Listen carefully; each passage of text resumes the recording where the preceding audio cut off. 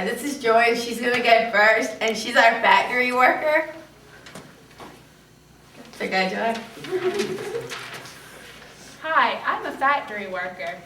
I recruit families to work in the textile mills. When I recruit, I usually provide housing. When factories got too big, I had to cut people, letting them stay in houses. Soon I was forced to cut wages and speed up production and increase working hours. Labor unions had begun to form, yet there was little success. Soon the Panic of 1837 began that caused many workers their jobs. This caused people like myself to work long hours just to try to survive.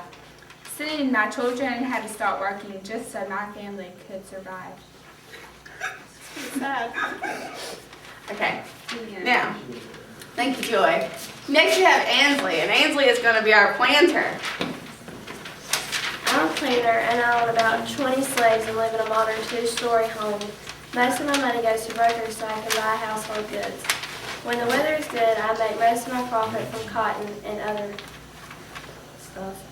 People think my job is easy, but it's quite hard planning and supervising work, assigning tasks or slaves, keeping records of businesses and banks, and controlling with brokers. My wife doesn't live the life of luxury. She has to supervise the spinning, weaving, mending, and house cleaning, and food production, caring for the sick, and educating children.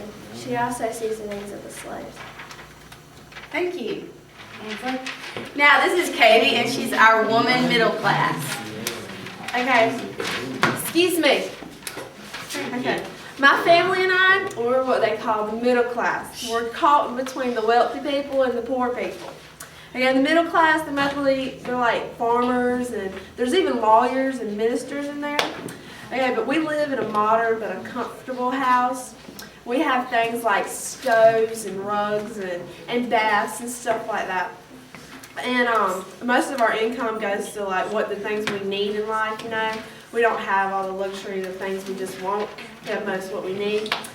And my husband works outside, he's a farmer. I work inside and I take care of the inside of the house. And my children go to school. But in middle class, it's okay, and America's a good place to live and stuff like that, but the only thing I'm worried about is them daggone immigrants taking over this America, so only thing I'm worried about. There you go. Thank you. Okay, now this is Candace, and she's our poor white person. Shh, that's enough. And play. The poor whites. I am a small percent of the southern population. I farm the least productive soul. I live in rough cabins with few material comforts. We hunt and fish and raise pigs to raise money. Thank you. Now this is Candace. She's your slave. Hey guys, I'm a slave. I work for a plantation owner like Ansley. I have very hard work and no personal freedom. I am not allowed to read or write or do anything that most people get to do. I am usually black and I don't enjoy my job because I don't have much money. Thank you. Yay! I'm a white northerner. What else can I say? I would be either a prosperous farmer, an artisan, a shopkeeper, a lawyer, or I could be a free black person. But I face adversity, so I'm just a middle-class white man living in Florida. I live in a modest but a comfortable house. I have some conveniences like iron cook stoves, and those really make for good chili. I use lamps. I use lamps, and I have bathing stands with. I have a bathing stand with a bowl. Oh yeah. Oh, wow. Bowl. Oh, man. That blew mine out of the water. I also have a rug. I have a rug. I have a rug. You open my door, and there's a rug right there on the floor. I have income to buy food. Gotta buy food. I have income to buy clothing, and other products made available by the market. Okay? Okay? Now, as a man, I'm expected to work outside the home to bring in money to buy items. And that's what it's all about. It's all about buying items. You're in America, you have to buy items. However, I am a nativist. If you weren't born in the U.S., get out. We don't want you. Nobody wants you. You're going to ruin this beautiful world that we have here in the U.S. And nobody likes you, especially if you're Irish. If you're Irish, you must get out right now. Either that, or I will come by your house and I will hurt you in some way. So, just I'm half Irish, I'll kill you. So I really don't like you. All right. See, so if you're native born, I like you. If you're not, I don't. So that's me. I am a middle class white man living in the north. What do you do this? I'm a factory worker. I recruit whole families to come work with me.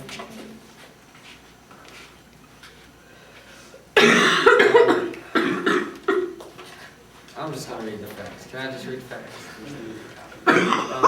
Mill owners hired single New England women to come work for them. They call them the Lowell girls. They provided them with moral education. And older women that worked in these factories were like the slave drivers. They enforced all the rules and stuff like that. In the 1830s, the owners cut wages and increased working hours so they could make more money. 2 out of every 5 factories had children in them. In the 1830s, they founded the trade unions, which campaigned for 10-hour workdays. President Van Buren responded with 10-hour workday for selected groups of federal employees. But hours remain long in many occupations anyways. In 1834, the Lowell girls went on strike, and Massachusetts legislators established a committee to investigate conditions in the textile mills, which was the first investigation of labor, corrupt labor in the U.S. We are planters. We own a plantation and we have 1,000 slaves, which makes us part of, like, one of the richest people in the South. We live on a plantation in a beautiful tree-shaded mansion. Even though we are rich, we don't really have that much money, like that much cash on hand, because it all goes into other things like banks and stuff. Our reputation is more image than reality.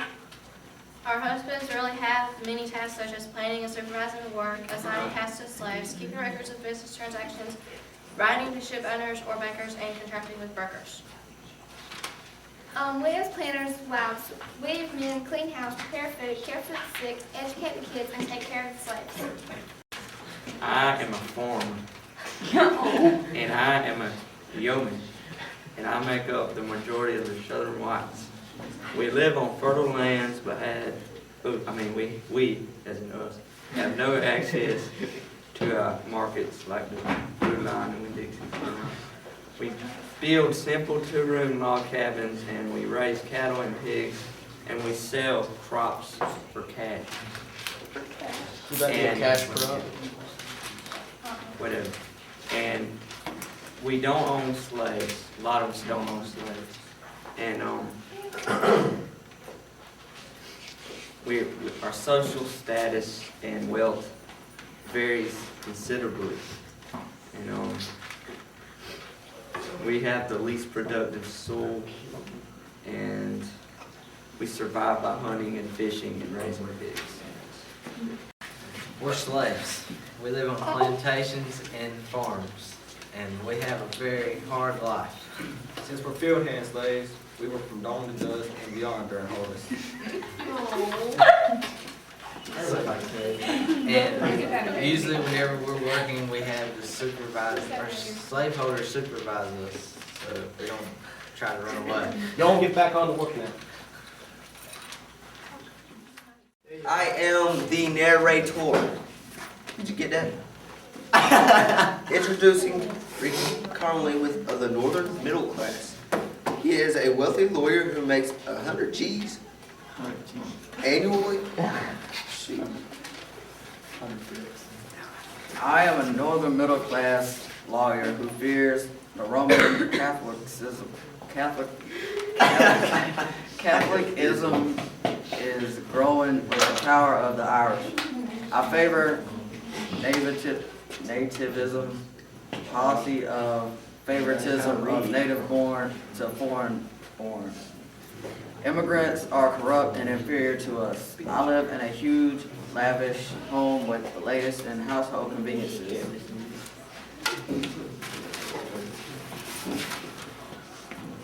The differences between the wealthy and the poor shown in the labor forces and conditions. Corey helps explain the point. Oh, I do? I'm a worker in a factory controlled by a business. My life is working in a factory. Go figure. We are given enough to buy what is necessary, and that is it. I'm okay with that. How the Get off of South me, is I'm different in their work. An example is a southern planter.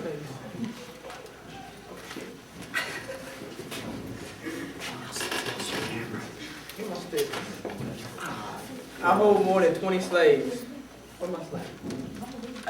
I fit the 1% and hold as much as 500 slaves. I live in a tree-shaded mansion. I own a plantation.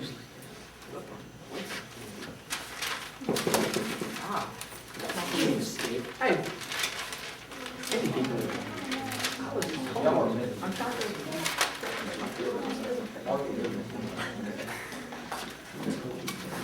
Now we will be hearing from the poor white South.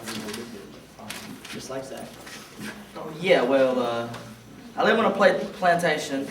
Oh wait, oops, that's wrong. A farmland that is almost unbearable to farm on. My home is shabby. I don't have enough money to pay for food. I have to hunt to survive. I don't own any slaves.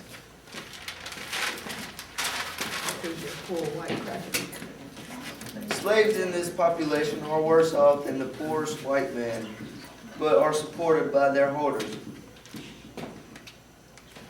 And we will have Tara explain this. I live on a plantation and I work on a farm.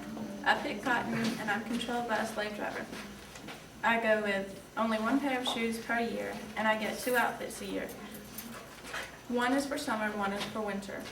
Sometimes I don't get much for food, so sometimes I have to steal.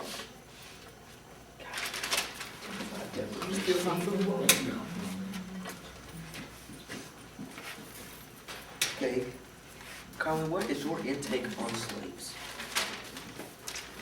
I don't really care as long as goods pull through and I get clients.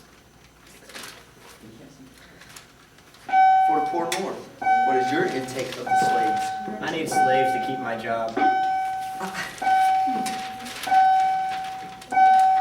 And for the South middle class, what is your intake of slaves? It should be something that's not the planner. I need slaves to bring in my profit. Shut up.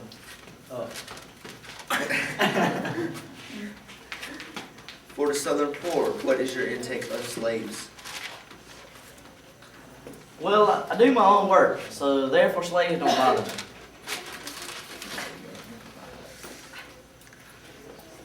This question is directed for the slave. How are you treated? Sometimes I'm promised rewards if I'm good, such as shorter hours. And if I'm late or slow, sometimes I can be put in the sweat box as punishment. Sweat box? What's a sweat box? The end.